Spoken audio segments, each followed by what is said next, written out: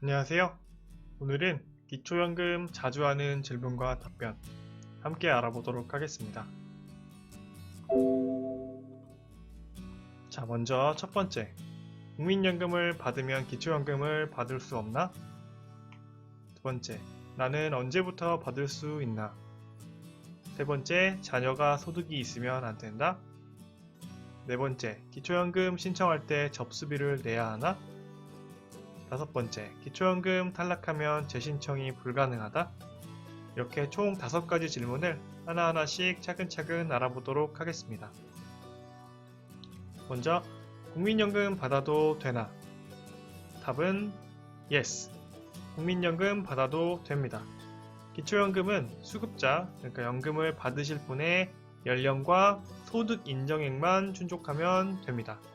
그래서 간단하게 설명드리면 기초연금 같은 경우에는 많은 조건이 있지 않습니다. 첫 번째, 받으실 분의 연령, 그리고 그 받으시는 분의 소득 인정액이 얼마냐, 그 2가지 조건만 충족한다고 생각하시면 됩니다. 일단은 연령 기준은 간단하고요. 소득 인정액 같은 경우에는 이제 그 재산을 소득으로 환산하고 내가 가지고 있는 집, 차 등을 소득으로 환산한 다음에 그다음에 실제로 내가 월 벌고 있는 근로소득 이런 것들과 합산해서 이제 단독 가구 혼자 사시는 분은 137만원, 부부 같이 사시는 분들은 219만 2천원 이하이면 기초연금 받을 수 있습니다. 그래서 소득 인정액 같은 경우에는 계산은 많이 복잡하기 때문에 제가 지난번 영상에 그걸 확인할 수 있는 링크를 알려드렸으니까 지난번 영상도 한번 보시면서 확인하시면 좋을 것 같습니다. 그래서 첫 번째 질문, 국민연금 받아도 기초연금 받을 수 있다로 정리하겠습니다. 자, 두 번째 질문, 나는 언제부터 받게 되나? 만 65세 생일이 속하는 달부터 받을 수 있습니다. 근데 중요한 거는 이 신청은 만 65세 생일 한 달 전부터 할 수 있습니다. 그래서 한 달 전에 꼭 신청을 하셔야 되고요. 그 이유는 이제 내가 한 달 전에 신청을 안 했으면은 그 다음 달부터 주니까 못 받잖아요, 해당 달에는. 근데 그거를 소급하지 않습니다. 소급하지 않기 때문에 반드시 한 달 전에 신청하셔야 되는데, 그러면 한 달 전이 얼마인지 언제 알 수 있냐? 어떻게 알 수 있냐? 제가 계산법을 만들어 봤습니다. 그래서 출생 연도에다가 65를 더하시고요. 출생월에는 1을 빼주세요. 그러면 그 정확한 개월이 나옵니다. 예를 들면 1955년생 5월 5일생이라면 1995에다가 65를 더하면 2020이 나오죠. 2020년, 그러니까 내년부터 받으실 수 있는 거고요. 그 다음에 5월생이니까 4월부터 신청할 수 있는 거고요. 그래서 1955년 5월생은 2020년 4월에 신청하셔서 5월부터 받으시면 됩니다. 그래서 두 번째 질문은 만 65세 생일이 속하는 달부터 받을 수 있다로 정리하도록 하겠습니다. 자, 세 번째, 만약에 내 자녀가 부자라면 받을 수 없나? 이 부분은 조금 어려울 수 있는데 결론, 간단하게 설명드리면 자녀 등 부양 의무자의 소득 재산과 관계없다가 결론입니다. 자녀의 소득 재산과 관계없다.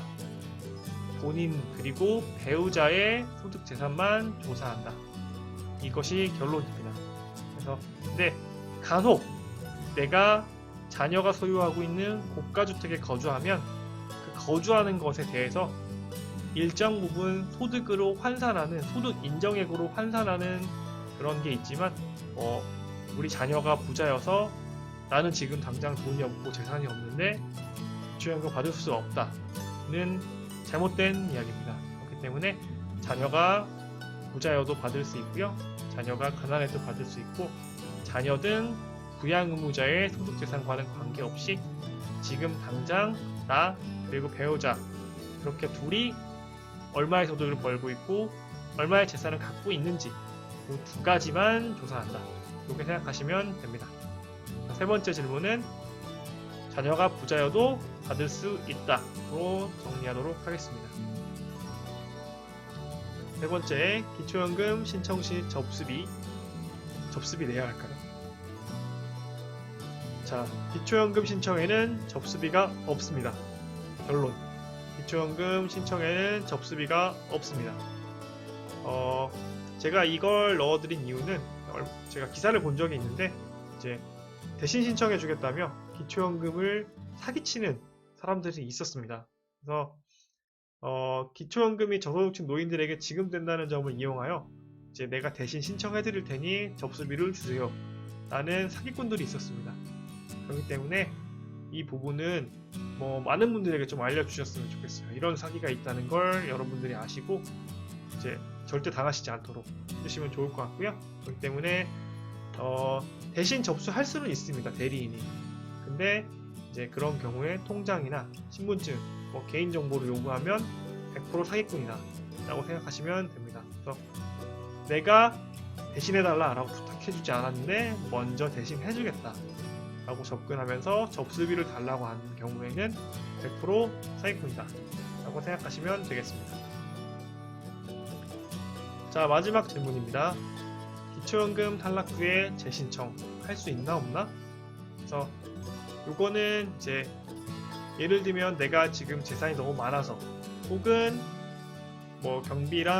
경비나 아니면 다른 일을 통해서 소득을 받고 있기 때문에 소득 인정액이 넘어서 기초연금을 받지 못했었는데 근데 이제 내가 경비 자리나 다른 근로에서 이제 탈락하게 되면서 기초연금을 받을 수 있는 소득 인정액 범위로 다시 내려오게 됐다.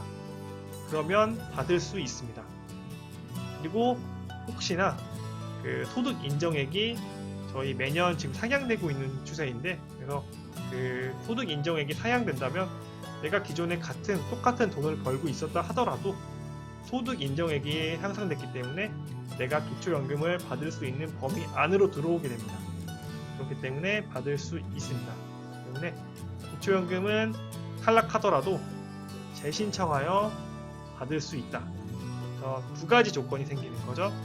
먼저 소득 인정액이 오른다. 그래서 예를 들면 과거에는 200만원 이하인 사람만 받을 수 있었는데 그 기준이 250만원으로 올라간다면 230만원을 받았던 내가 받을 수 있게 되겠죠. 그리고 두 번째, 이제 내가 재산이 있었는데 혹은 소득이 있었는데 어떤 일을 하다가 더 이상 그 일을 할 수 없게 되면서 소득이 줄었다면 제가 소득 인정액 범위 안으로 들어오겠죠. 그러면 받을 수 있습니다. 그렇기 때문에 기초연금 같은 경우에는 한번 탈락했다고 받을 수 없다라고 생각하시지 마시고 재신청할 수 있기 때문에 꼭 이 소득 인정액 범위 매년 바뀌는 소득 인정액 범위를 항상 확인하셔서 내가 재신청 범위에 들어왔는지 아닌지를 체크하시는 게 좋고요. 그리고 이제 처음에 신청하실 때 만약에 내가 받을 수 있는 범위에 들어왔을 때 알려달라라고 신청하는 제도도 있습니다. 그렇기 때문에 그 제도도 같이 활용하시면 좋을 것 같습니다. 네, 오늘은 총 5가지 질문 함께 알아봤고요. 이제 하나씩 자세하게 설명을 드렸는데 꼭 지금이 아니더라도 혹은 내가 아니더라도 언젠가 이 질문에 대한 답이 필요하신 날이 올 수 있기 때문에 주변에 많은 분들에게 함께 나눠주셨으면 좋겠고요. 오늘 콘텐츠가 마음에 드셨다면 좋아요 혹은 구독 눌러주셨으면 좋겠습니다. 감사합니다.